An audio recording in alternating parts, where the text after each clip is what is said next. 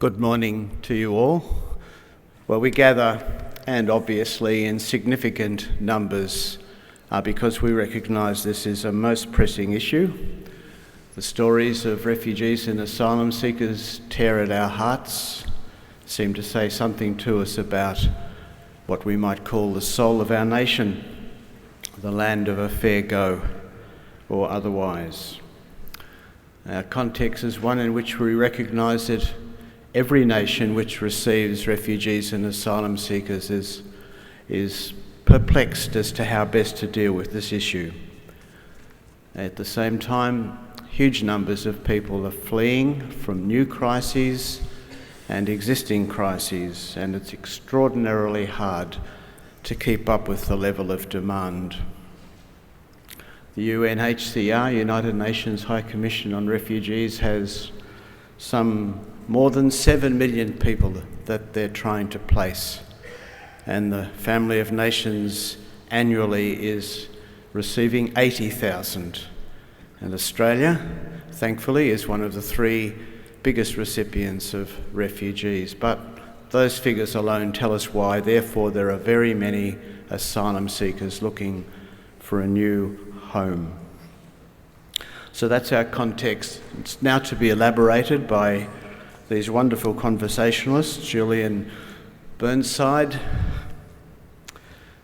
elected a living national treasure a few years ago, marking his extraordinary work as a barrister on behalf of refugees and asylum seekers. His advocacy endears him to our hearts. He's our Renaissance man, passionate also about the arts, collector of paintings, writer of books, even a children's book, as well as gathering a book of letters from asylum seekers held in Australia's detention camps. Conversing also, Jo Knight, since she was last part of one of these conversations, now a young mum, immigration lawyer, and working at the Ecumenical Migration Centre of the Brotherhood of St Laurence, which for some more than 50 years has been settling refugees and asylum seekers, been an advocate for them, trying to deliver practical services along with research and advocacy to improve their circumstances. And moderating the conversation, our Archbishop Philip, who knows that our community wants intelligent conversation, places where faith and life intersect, as we try to think hard about the important matters of living decently and well with integrity, making a contribution to the common good. So please, will you welcome all 3 for this conversation.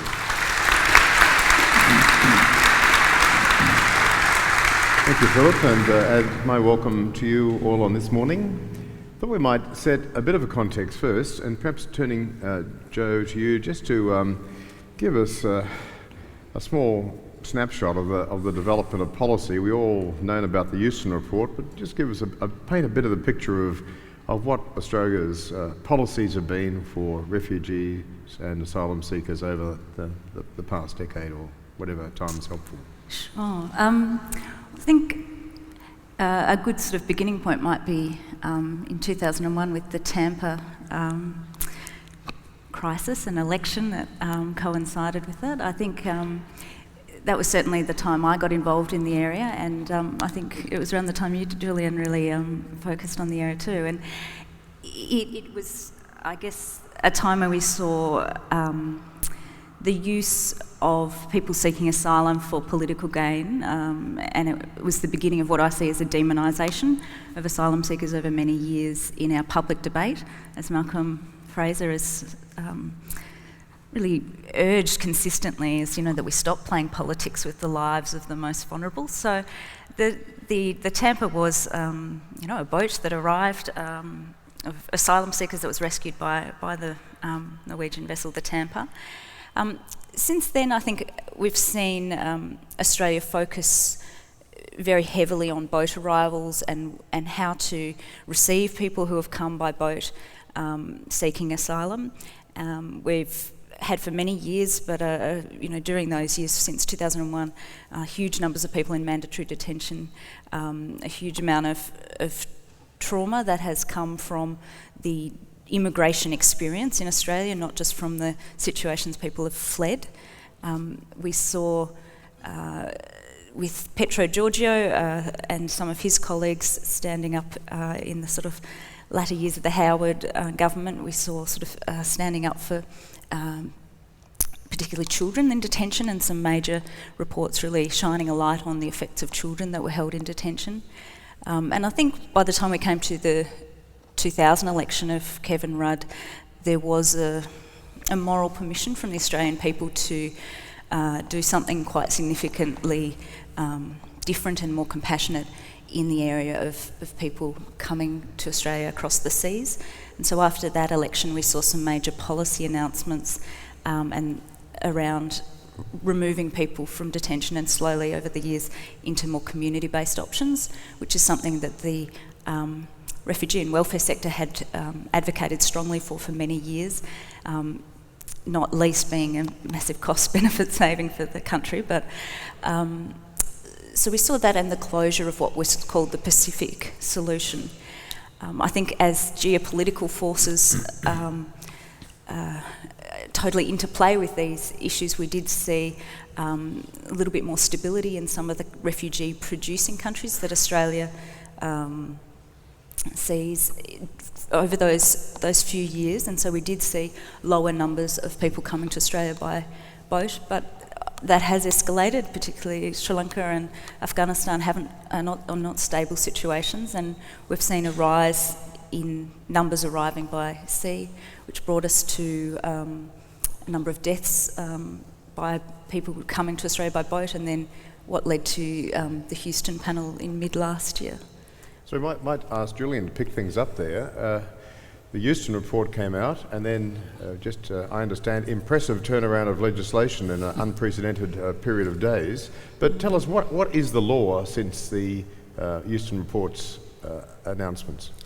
Well, in practical terms, it means that anyone who comes to Australia by boat without a visa can be taken to an offshore place for processing.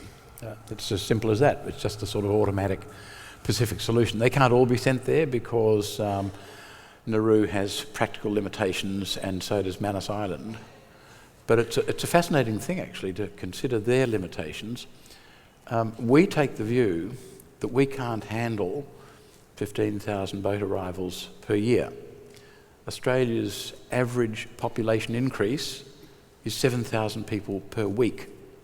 So 15,000 per year is a relatively small number against that measure. It's a small number compared with our ordinary migration program of a couple of 100,000 people per year. Our population is 22 million, so 15,000 against 22 million is a pretty small number. Nauru, on the other hand, has a population of less than 10,000 people. Its area is 21 square kilometres. We think it is an appropriate place to warehouse refugees who've actually arrived in Australian territory. I've never understood the logic of that. Manus Island is also tiny. Anyway, that's where we are. Yes. Sort of the automatic prospect of being sent to Nauru or Manus Island, and in the meantime banged up in Australian detention centres, although the present government is accommodating a number of people in the community simply because the detention centres are full. Yes, would you perhaps just continue a little bit of clarifying some of the facts of the situation? Another fact, as far as I understand it, is that the people who are boat arrivals are more likely to be found to be refugees than people who come to Australia seeking asylum by other means of conveyance. What's the comparison there? Relatively speaking, over the last 15 or so years, boat arrivals have been proved by our standards to be genuine refugees in more than 90% of cases. The comparative figure for people who come here by aeroplane and seek asylum once they're in the country is roughly 20% succeed in their claims for asylum. The irony of that is that the boat arrivals get locked up indefinitely and the aeroplane arrivals don't get locked up at all. So we lock up the ones who are almost certain to be victims of torture or trauma, escaping persecution. We do not lock up the people who are likely to be taking a chance and nothing else. And the reason for the difference is the boat journey is so dangerous. And if you're going to undertake such a dangerous boat journey, it's probably a mark of your sincerity and your deeply felt need to escape something worse. And so, Joe, you could tell us, what's the circumstance of people who are coming in under this no advantage policy? What sort of life do they expect once they're released into the community in Australia? How much of a no advantage is it that they endure? Sure, it's interesting. The Federal Parliamentary Library puts together some very good quality, fairly balanced position papers on these, and I noticed that just in February this year they did a position paper on exactly what do asylum seekers understand of deterrence of the different Western countries, and this belief that, you know, what we do in our country somehow is a message that is received by people in refugee-producing contexts. And the reality for the research is, whether it's Australia or what other countries might be doing, is asylum seekers are fleeing persecution in situations of desperation, and they know very little about where an agent or person who's arranging a boat may be taking them. Certainly by the time they get to somewhere like Indonesia, the expectation would be Australia. But there is fairly little understanding of what the circumstances will be once people arrive in Australia. The situation that we see of people who have arrived following the Houston report, what we call the post-13 August cohort, is that some are in Nauru, some are in Manus Island, some are brought to Australia on bridging visas with very limited support, and we're starting to see a lot of community destitution. So the support that is provided for those that are here in Australia is limited to around 89% of the lowest Centrelink benefit, and about 6 weeks supported sort of access to sign up to Medicare and have sort of 6 weeks initial housing. But apart from that, people are really left to their own devices without permission to work, and that's something that I've been very passionate about, is providing people permission to work, as well as the other supports that are needed to help enter the workforce. It's a very productive and constructive thing to do when you are so fearful and waiting for what could be a very long processing of a claim. The really major thing about the people that have arrived since August is that their claims are not even being considered. So we know that probably 90% of them will have very strong claims and fit the definition of being a refugee, but Australia is refusing to even begin that processing. So as part of the no advantage concept that the Houston panel incorporated in their package of recommendations, includes this: well, you'll need to wait for as long as it might have taken if you had have come in some other process, but the formula for how you work that out is reasonably complicated. So people don't yet have their claims processed, but are sitting here and not able to even begin work or providing for their families and support around the trauma that they might have experienced. So I think we will see rising numbers of destitution in our community. And it certainly doesn't seem to be a recipe for engaged citizenship. If most people are going to continue to be members of the Australian community, it's a pretty unfriendly start to finding a place and making a contribution to the common good of our society. Absolutely. Certainly through the Brotherhood of St Laurence, where I work, we've certainly been raising this repeatedly with government, that in terms of someone's settlement journey, once someone has the magic permanent residence, a whole lot of support that is funded by government comes in place, including English language and settlement support. It would be far smarter to begin some of those supports much earlier on, because we know that it is a small number that are returned eventually, and for those, you know, some of the supports wouldn't hurt in taking back to their home countries, but for 90% of them, beginning some of those settlement supports will mean that they're integration and becoming part of an inclusive Australia will happen far quicker than the damage we could do for years of keeping someone in limbo.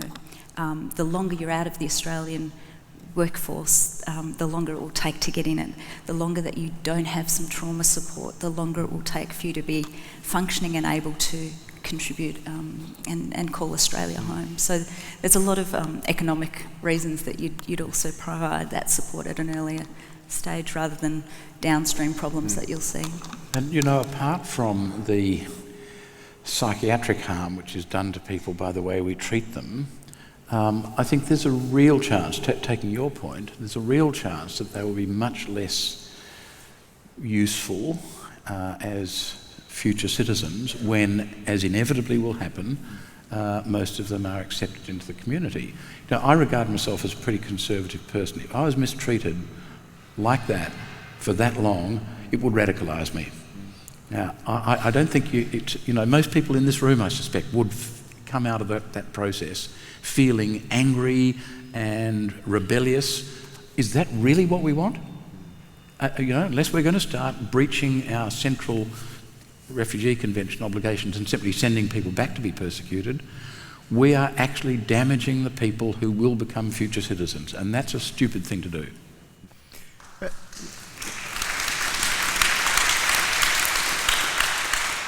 And Julian, you're engaged soon in a legal matter on Nauru. What do you understand about the circumstances of people's detention? It's a long way away. We probably have seen a few things on the television. We don't have a lot of visibility, but for all intents and purposes, is it more like a prison, or is it more like a sort of just a place that people have reasonably relaxed and free access in and out of? Yeah, look, it's sort of a prison of the mind. Topside Camp is a place which is naturally difficult to get away from because it's at the top of Nauru. It's surrounded by what are called the pinnacles, which are the rocky outcrops which used to be covered in phosphate, all of which has been mined. So it would be physically very difficult to walk out of it. It is surrounded by a chain mesh fence. There's no razor wire or the like because that's really not necessary. And the Wilson Guards make sure that people do not walk out of the camp through the orthodox means of access. It's interesting that and I've been in contact with a number of the people who are held there in recent days, and I've also been in contact with a number of the Salvation Army people who are working there. And what they say, all of them, is that these people have been told right from the start, in substance, they have got no hope. Their process will not even begin until some indefinite time in the future. Even if they're found to be refugees, they have been told they will be held on Nauru for an indefinite time, probably up to 5 years. They're told that they can return to their country of origin if they want, which is a dazzling thing when you say to a refugee, you can go back and face the Taliban again if you'd prefer. Now, what has happened? Because of this, they've been told this so quickly, desperation has set in almost immediately. Now, first time round with the Pacific Solution, you didn't get self-harming until about 15 or 18 months into the exercise. Right now, even though people have been there for a much shorter time than that, they arrived on the 25th of September last year, already people are self-harming seriously because they've been told they have got no hope. And so that's why I call it a prison of the mind. Yes. They can wander around the camp, but they know that they are in a hopeless position. And the facts are probably that some people are being not kept there 5 years, but released from there after what period of time and coming into being in the community in Australia? None of them so far. And so what about Manus? How long have people stayed at Manus Island? So I think they arrived in Manus Island also in September last year. I'm not aware of anyone having been brought out. And they're certainly being told that they will be there for a long but indefinite time. But that seems unlikely, doesn't it? When you think of the number of boat arrivals that seem coming, it seems unlikely there is the actual capacity for these threats to be carried through. There is certainly no capacity for either Manus or Nauru to take an increasing number of people. And the Nauru at least has said that it sets the limit, I think, at 1,000 or 1,500. And the practical capacity has already been reached. So I suppose what that means is that future boat arrivals will be, locked up on the mainland or in Christmas Island or in the community or, whatever has to be done. And it's not surprising that we're going to hit this sort of accommodation crisis in the lockups, because if you say we have to keep people indefinitely, then any spike in arrivals is going to overwhelm the system. Yes. A much more sensible way would be to say, let's hold them in detention for an initial 30 days for preliminary health and security checks, then release them into the community with the right to work, with Centrelink benefits, Medicare benefits, and make sure they remain in touch with the department for the balance of their processing. We know most of them will get through, so there's not really a big risk associated with that. And the interesting thing is that at the moment we're spending between about 200,000 and 500,000 per person per year to lock them up and brutalise them and damage them. Whereas if you release them into the community after 30 days, it would be costing between 20 and 30,000 per person per year, depending on what you assume for administrative overheads. We would cause less harm and spend a lot less money. And I think people here this morning might be surprised that the budget for this whole exercise is approaching $3 billion. Which per year. Per year. $3 billion a year. $3 billion per year, which I understand is the same budget as the UNHCR budget. It's more than worldwide. the UNHCR global annual budget. It's spectacular. In order to mistreat a handful of people coming from Afghanistan and the like, we spend more than the UNHCR every year. So, unbelievable. Well, it seems a remarkable situation we're in, where we've got, it seems, any way you like to put it, as a community, such determination to expend so many resources to enact these policies. As I observe it, it seems that there hasn't really been a national debate. It's been as if there's an assumption that people like us agree these are good policies, because you couldn't get this kind of expenditure and this kind of consensus across the major political parties for these policies unless there wasn't the assumption. How do you think that's worked? How borne up is that assumption that people like us are in agreement to this kind of resource use and these kind of policies? I don't think there's anyone in this room who's agreeing with those decisions, but I understand the question. I think the debate was poisoned right at the start by John Howard at the time of Tampa by tagging boat arrivals as illegals and queue jumpers. They are both lies. And politicians on both sides know that those are both lies. Illegals is particularly poisonous because it carries with it the suggestion that they are criminals and that therefore the community has to be protected from them. And if you lock them up in wretched places like Woomera and Baxter and Curtin and so on, they look like criminals. Of course, if you throw people in large mobs behind razor wire fences, they will look like criminals. And if you call them illegals, that satisfies everyone. Well, illegals are being locked up, that's good. It is false. They don't break any law by coming here and asking for protection. And furthermore, given that Morrison and Abbott have revived the lie about illegals in recent times, it's worth remembering that the word illegals, used as a noun to characterise refugees, was first coined in the 1930s in reference to Jews escaping Germany. It's a word that's not only dishonest, it also has morally appalling origins. Now, what is interesting about the political position is that parliamentarians on both sides must know that it is false to call boat people illegals. And yet when Abbott started doing it, Gillard did not call him out on it. And she should have. If there's any political leadership in this country, someone in politics should be saying it is false to call them illegals. And once the public believe they're illegals, all of the rest of the policy settings will be accepted without too much trouble.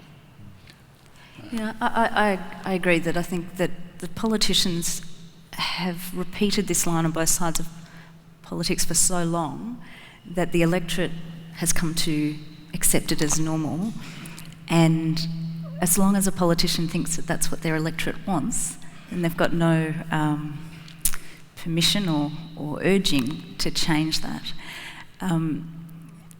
It's certainly been something that's built up over time.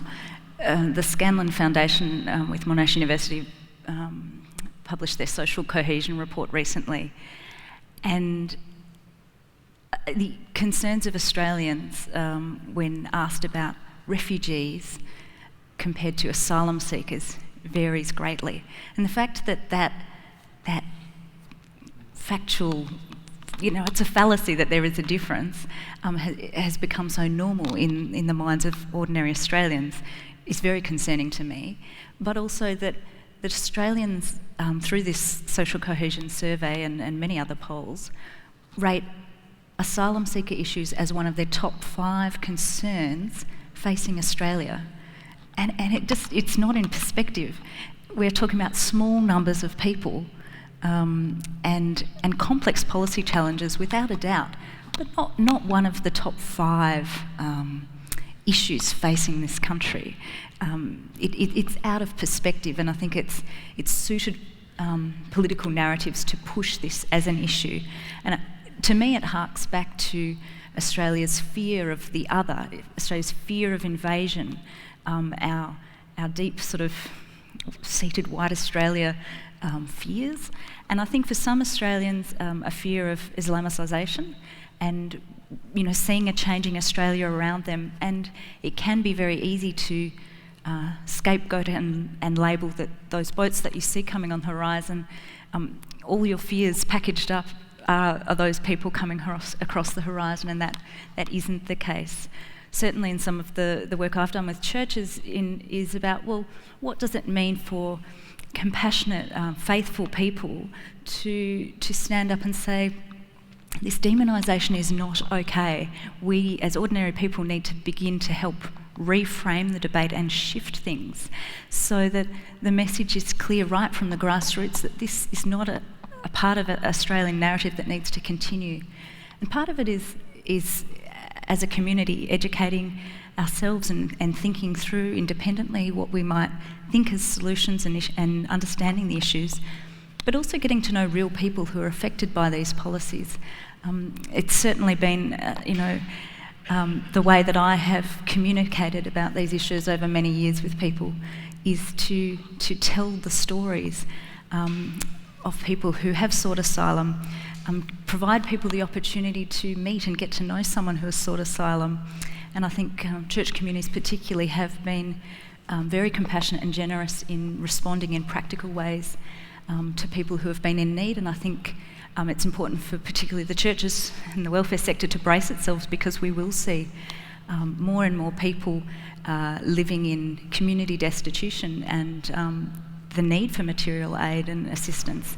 And that I think over time, as more people encounter a practical response and encounter real people, my hope is that will shift the debate, and that politicians will be given the imperative to come up with different solutions. It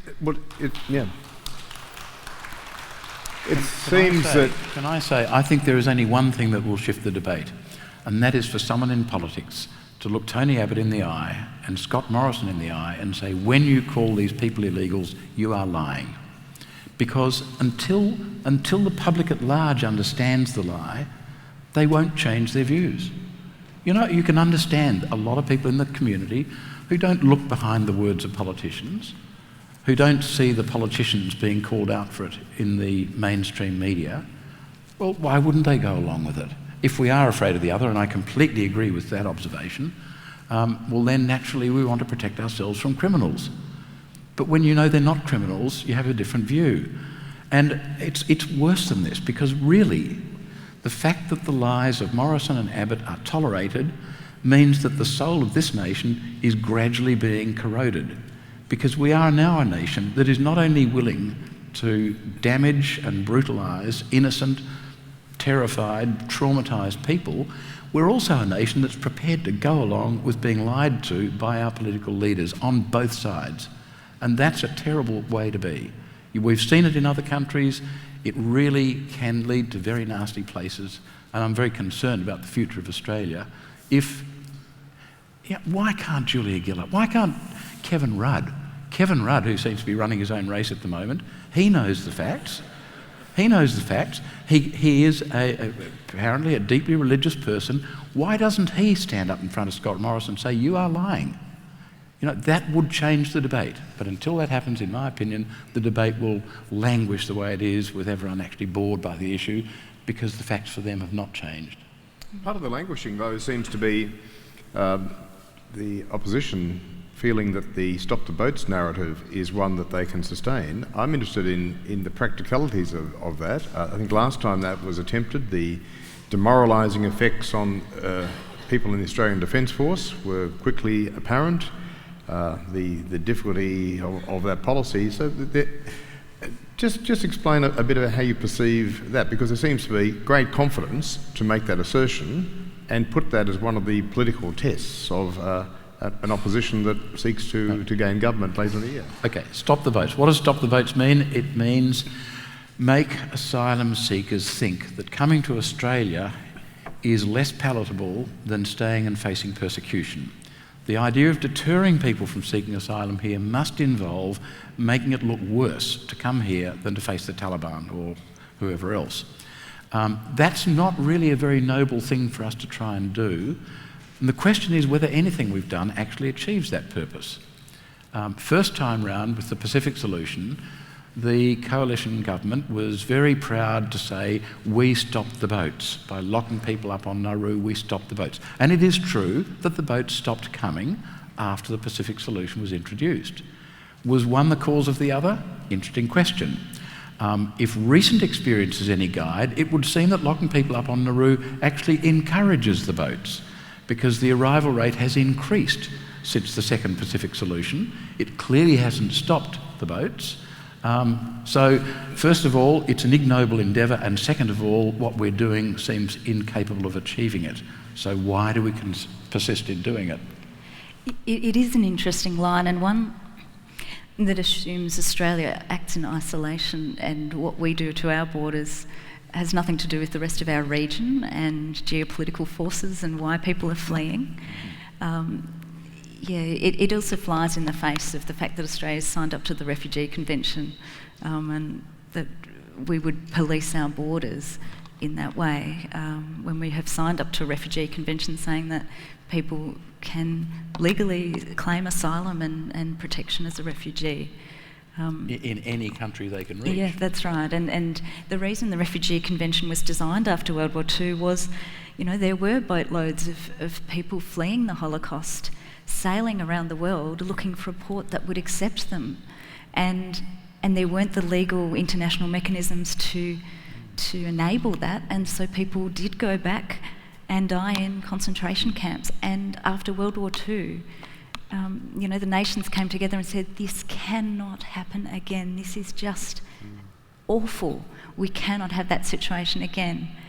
And I think sometimes when the refugee-producing conflicts seem very different to our Western understanding of culture and nations, and we don't even understand often, why people are fighting in countries like Afghanistan, that it's much harder to identify with those people. But at the end of the day, they are fleeing persecution, we saw in the Holocaust. This is persecution, this is loss of life, and this is exactly why the Refugee Convention was put together, and that nations like Australia came together and said, we must show moral leadership, we must work together.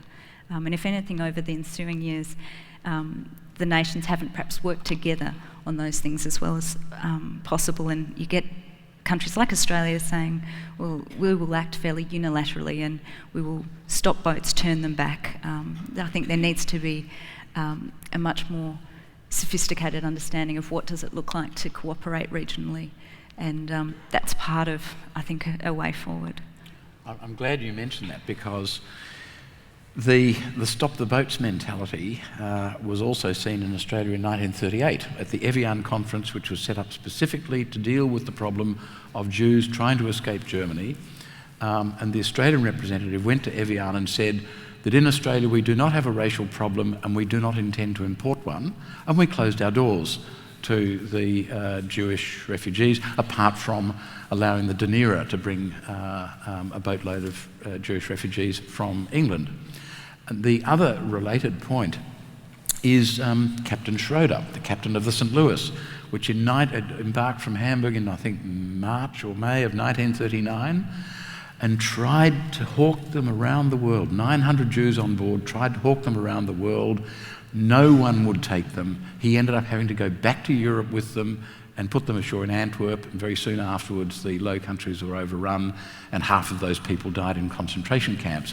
Now the interesting thing, the reason I mention it, is that Captain Schroeder not only was the captain of a boat that was turned back, he was a people smuggler. He did it for the money. Everyone then and now reckon Captain Schroeder was a hero because he was trying to save the lives of desperate people. It's been very popular politically in the last couple of years to demonise the people smugglers, and maybe most of them are terrible people, but they are trying to help people save their own lives. So they're not necessarily all bad. And if you're a refugee and Australia manages to break the people smugglers' business model, you are probably not going to thank Australia, because it means that you're stuck in a situation of real danger. So, with $3 billion, what kind of policies would you put in place that would be better than the ones that you're thinking aren't good policies now? What could be different? Sure. I would focus on our region. Most countries in our region have not signed the Refugees Convention and are unlikely to in the foreseeable future. We did recently see Nauru sign, but I think the enticement of the Australian dollar probably had something to do with that. But there are international, human rights protections that some of the countries in the region have signed, as well as very practical ways that we could resource and work together as Australia being a regional leader, so that we can get to a point where people seeking asylum do not have to get on that leaky boat to come to Australia, but there are workable solutions for them to have a claim processed and addressed in a timely way. Not be fearful that the authorities in that country will suddenly pick them up in the middle of the night and return them to the country in which they've fled. But for the time, which is maybe some years, that people are waiting in regional countries to be resettled, that they are given permission to work and that their children can go to school. These are steps that would take us a very long way to reducing the need for people to keep getting on leaky boats to come to Australia. I think the biggest piece of the puzzle for me is guaranteed resettlement. So it's not good enough for people's claims to be processed and then be told, well, you might wait a lifetime here until a country that will receive you to permanently settle becomes, a place becomes available. And that's, I think, some of the logical flaws in the concept that was part of the Houston report of no advantage, that you somehow wait until, if you had to come some other process, for a certain amount of years. You can't really work that formula out. It doesn't really compute. But I think if Australia was to genuinely invest in regional cooperation and some solutions, we have seen in previous eras people processed and come to countries like Australia or Canada or the States, parts of Europe, in more orderly ways and safer ways. And that also then reflects on the type of welcome that people receive and the sort of support services that can be there to wrap around people as they arrive and help them become part of the new community. That's how I would spend $2.97 billion each year, and I'd be very happy to turn that to regional solutions. And I do think that the Houston panel recommendations, while they did talk about regional processing and solutions as part of a package, it was very undeveloped, and that's been the part that's dropped off the radar, although there has been some announcements in the foreign aid budget to put some reasonably small resources to that, and what we call the Bali process, which is a process Australia has been in dialogue with the other countries in the region, but there's a long way to go. What's your solution, Julian? Well, I think there's a couple. You've got a lot of money to play with. The first thing is, as I suggested before, after an initial short time in detention for preliminary health and security checks, release them in the community, let them work, provide them with Centrelink benefits if needed, Medicare benefits. That will reduce the cost, the effective cost of their treatment by 90%. Okay, so it reduces it to 10% of its present level. I would say maybe pending conclusion of their refugee status, require that they live in rural or regional Australia, because there are plenty of small towns around the country who would love to have additional people living there. And you might even say, okay, if we're going to pay 10% of what we're presently spending on locking them up, what about give an equivalent 10% to the country towns where they're going to live? That'd be a terrific boost for the local economies of lots of towns around Australia. In fact, I think you'd have people competing to have refugees come and live there. Another radical alternative would be to say, okay, let's declare the whole island of Tasmania an area of detention. There's a historic precedent for it. It can be done. And send them all down there to live in the community. They're still in detention, so that satisfies some weird ideological urge. And give $1.5 billion to the Tasmanian government. I think they'd be quite happy with that. We've then saved ourselves the other $1.5 billion. So that could work. A third way, I think, is reduce to 10%, have them in the community, etc., and spend the remaining money in the places where they're coming from, to try and produce circumstances that people will no longer need to escape, people will no longer want to escape. Most people would prefer to stay where they grew up. Let's give them a chance to do that. And instead of spending money destroying their lives, let's spend the same money improving their lives so that they will stay where they were. Well, let's open it up to interaction now. I'm one of these apparently 50% of the population who was perfectly happy with an organised refugee policy where foreign affairs officials went to refugee camps and interviewed people and selected them for entry into Australia on a non-racial basis. I was perfectly happy with that. But I certainly don't like people showing up demanding to be let in. Julian, in 2006, I saw you at a refugee seminar in Albury, and you opined on that occasion that there weren't enough lawyers on the Refugee Review Tribunal, and also that you'd like to see John Howard and Phil Ruddock behind bars because of their refugee policies. In the last year of Howard's reign, as I understand it, there were 3 people in refugee detention at the change of government. We now have, under Labor's more compassionate programs, about 6,000 people in refugee detention, plus the 1,000 or so that drowned on the way over here. And I haven't heard you suggesting that Julia Gillard and Kevin Rudd should be put behind bars. Could you address your apparent hypocrisy in that regard? Well, thank you for that very neutrally framed question. We might take it. We'll take the other 2 questions, and please keep them succinct. What do you think will happen when a new coalition government tries to turn back the boats? What do you think will happen? There's recently been some legislative action to excise Australia from Australia's migration territory.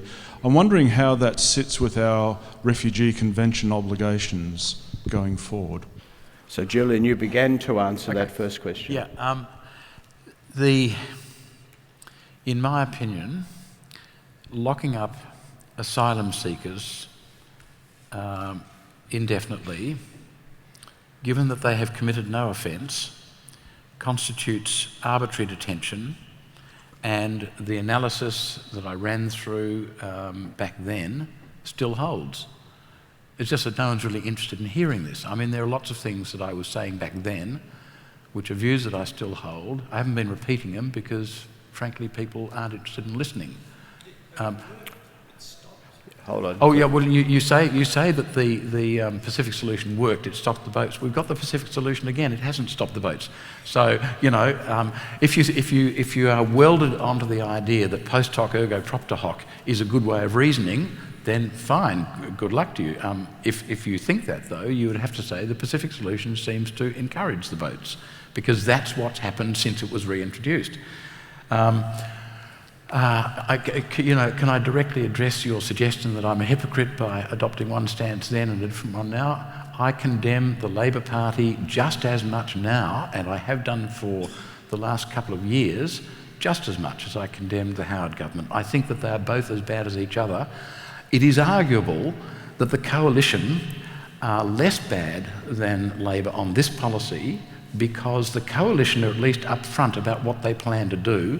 They don't even pretend to hold a fig leaf in front of their policies, whereas the Labor Party is sort of equivocal. The Labor Party is saying, well, we really are kind and compassionate, but we're going to brutalise them anyway.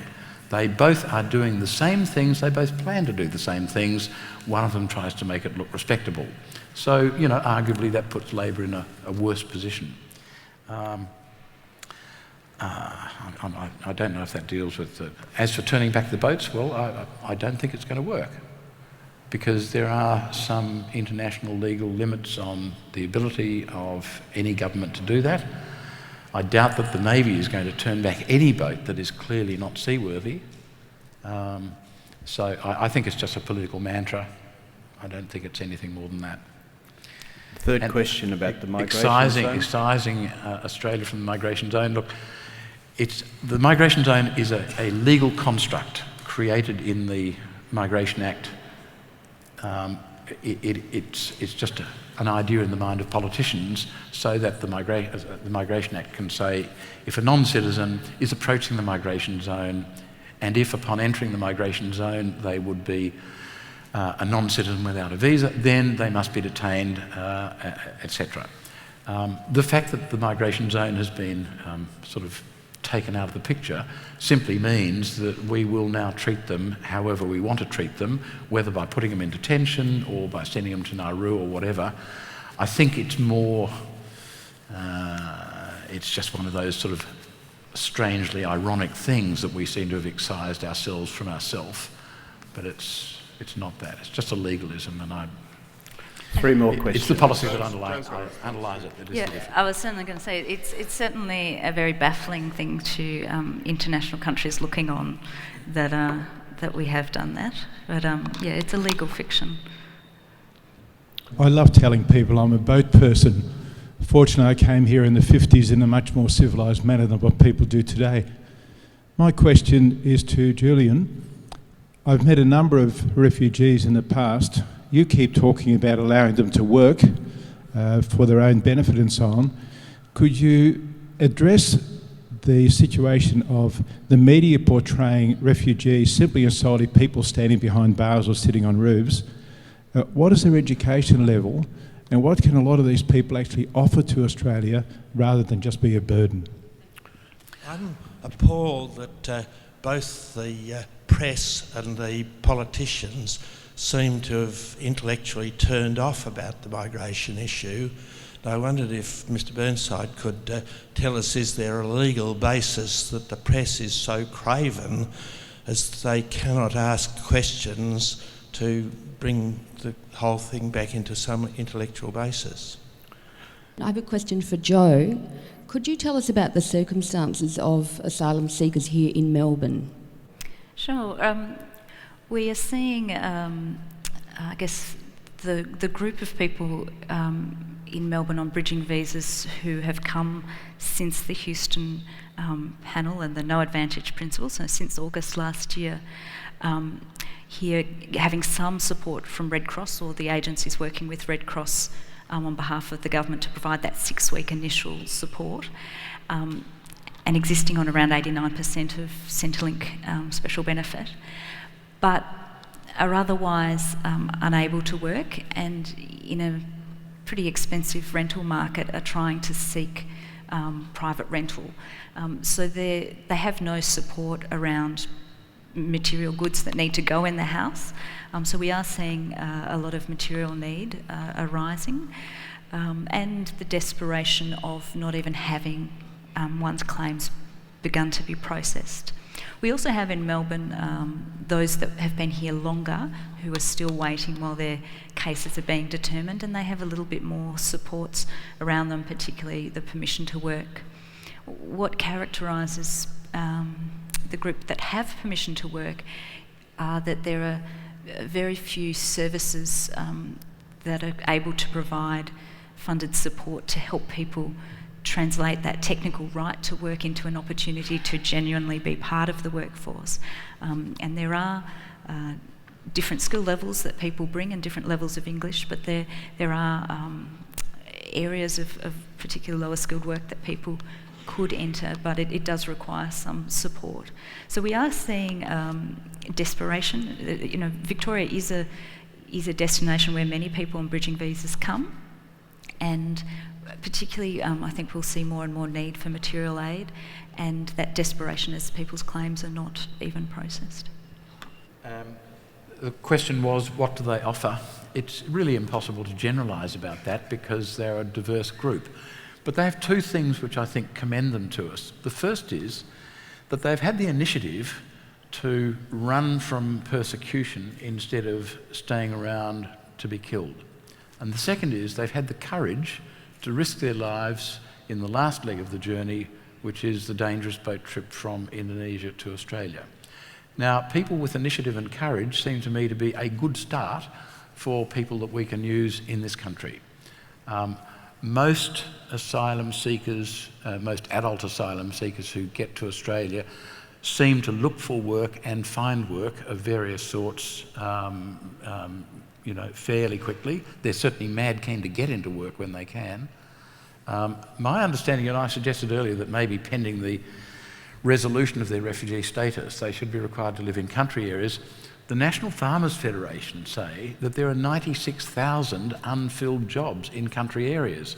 I expect that many of those jobs would be jobs that could be done by people who don't necessarily bring a PhD with them. As for the press, I think that's a very interesting question. I don't think the press are turned off the idea of asking questions. They certainly can ask questions, but realistically, the press in Australia is dominated by the Murdoch media. The Murdoch media clearly think that Abbott is going to be the next Prime Minister, and the Murdoch media seem to have a capacity for running the line that supports the team that they want to see in office. And so it's very, very difficult to get a balanced view of refugees in the media at the moment. The Age has been very good about it. If you look at The Age in the last couple of years, they've got lots of refugee stories that would make you think, oh yes, okay, this is an issue that is worth worrying about. It's something we need to think about. But not enough people read The Age for that to make much of a difference. I think it's a weakness in our political system, it's a weakness in our media system that there's no dispute at federal level about what should be done, no real dispute, and no real engagement in the press to throw up a competing view. Yeah, I think that whole question of examination of things is one we were alluding to earlier in the discussion, that it seems that there is a view amongst politicians that in marginal seats or in places that people are counting the numbers, there is going to be a strong backlash against current policies. So I don't know if that's a question I ask, whether that's a founded assumption, but it seems to be one that I think generally as a community we've sort of used to explain the political decisions of politicians, saying, well, you know, you can't expect them to take a different view because they're just responding to a community opinion. And so I think it's this difficult balance between where does it start? You know, where does leadership have a different view?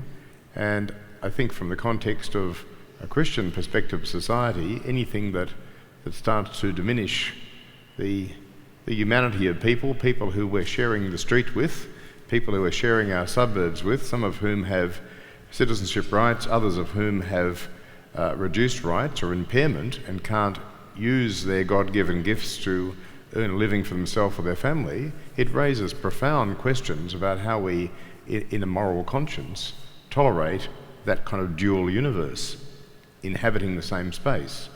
And I think these are the kind of questions that we really do need to have a real political debate about in our country, rather than assume that politicians are helpless in the face of some opinion in marginal seats, which seems to be where many of us believe it's all sitting. It's a very interesting point, because in a democracy, the underlying theory is that politicians should do what a majority of people want. But on moral questions, I think politicians ought to show leadership, as we saw in the past with capital punishment. You know, if you decided to stir up a bit of a redneck vote by advocating the return of capital punishment, I'm sure you could get some votes from it in some areas. But as a matter of moral principle, politicians have decided they will not do that. And I think there's great scope for moral leadership on this question, especially because we are now seeing what is a profoundly immoral thing, namely the treatment of one group of people as being in some respects less human than we are, and therefore deserving of lesser treatment, and ultimately perhaps deserving of any treatment that we decide we're going to give them for whatever reason. It's a very dangerous path, and it's profoundly immoral, and I think we need leaders in Canberra.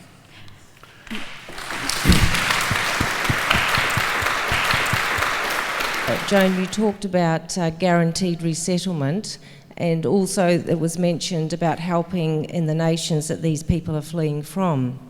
And so I wondered what your position is about temporary protection visas. I know that President Karzai, more than a year ago, talked about people, needing to come back and help rebuild the nation. And I do work with quite a number of people who are asylum seekers and refugees in Melbourne. And one of the lady who's involved in resettlement says that a number are actually, some who are genuinely fleeing persecution have been quite upset that those who've come here as asylum seekers are now going back for Christmas holidays in places like Iraq and Afghanistan. And if it's safe for them to go back for Christmas holidays, why wouldn't they have just been able to rebuild a life in Afghanistan or Iraq? Why should we not offer temporary protection visas? Given that both the major parties have the same despicable policy on asylum seekers, how can ordinary Australians be helped to overcome their fear of the other? Thank you. I'm just wondering if churches and concerned citizens in Victoria should be lobbying the government to use facilities like the Point Nepean quarantine station that housed the Kosovar refugees for women and children, and being able then to provide wonderful volunteering services there from the people down on the peninsula, and educate the children in the facility there that could provide schooling. So I'm just wondering why we're not using those types of facilities to accommodate people in need as our neighbour. Sure. Look, it's probably not surprising that I wouldn't be supportive of temporary protection visas. I was a lawyer for many people who were in that situation, and the agony it causes them, and their separation from their families and their children who are still stuck in the place of persecution, or for many of the Afghan people who were on temporary protection visas. When we last saw them, their families were waiting in Pakistan in very dangerous situations. So I don't think temporary protection visas solve issues. Certainly with the Sudanese communities that we work with, we've seen many incredible leaders who have really benefited from their education and leadership opportunities and the capacity building that they've had here in Australia voluntarily choose to return to Sudan in recent years as things have stabilised, to be involved in leadership and rebuilding of their nation. And I think what we're seeing in Sudan is a really good example of people choosing voluntarily to return because they love their home country and they want to see it once they're, see it thrive and succeed. So certainly many really eminent Sudanese leaders who've called Australia home have been returning to Sudan and forming positions of responsibility in that rebuilding nation. I understand what you're saying in terms of the some of the community members returning to Iraq, and that can be a pattern. My experience is many people will, because of the way our visa system operates, they are separated from their families for years on end, and they have received protection in Australia, but they're also desperately worried about their loved ones back home. My experience is that many people will meet them at border regions, and that's quite a dangerous journey for women and children to make to the border regions. And anecdotally, you do hear of some people stepping across the borders to see their loved ones. Certainly, as someone who desperately loves my husband and my son, I would go to great lengths to see them if I was separated from them for years.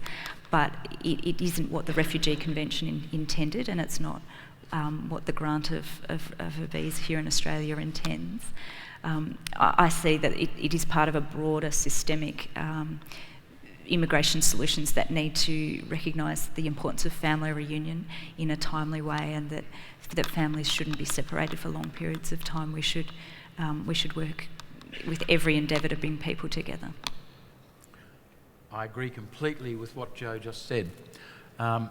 What we overlook is that people from the Middle East, in particular Afghanistan, are intensely family oriented in a way that we can hardly rival. I know 6 Afghan Hazaras, all of whom have lived at our house during the last 10 or 12 years, 6 Afghans who have, each of them, gone back to Afghanistan or Pakistan briefly to see their family. They were all frightened of the journey back, but they wanted to see their families. They were all terrified witless when they were there and returned to Australia unharmed. 2 of them, who lived with us for many years, when they went back to their family, who are now living in Quetta, because a lot of Hazaras have moved across the border into Quetta in Pakistan, they were so frightened that they spent all of their time in Quetta inside their family's house, because it was too dangerous to go outside. It was too dangerous to go down the street. It was too dangerous to go to the market. Do not think for an instant that the fact that they go back for Christmas or whatever else means that they're no longer frightened of being in their country of origin. It's because they feel compelled to see their family. Second, the idea of using point and appeal, and the problem is, it's a nice idea, but the problem is it's predicated on the assumption that long-term detention is a necessary element of the system, and I would wish to reject that rather than finding easier ways of finding extra space to locking people up.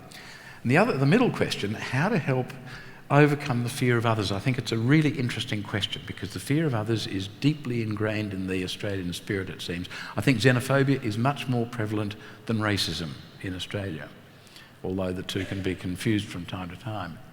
One thing that I think would be interesting is to try and encourage your local council to hold community dinners with equal numbers of long-term residents and recent arrivals, specifically refugees, and have them sitting long-term resident, refugee, long-term resident, refugee. A simple meal. Have the people bring the meals themselves, if that's it. So you get a mix of different sorts of food.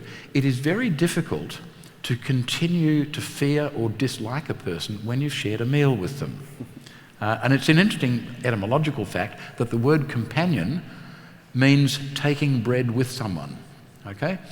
So, it's a simple grassroots idea that might actually change a few attitudes.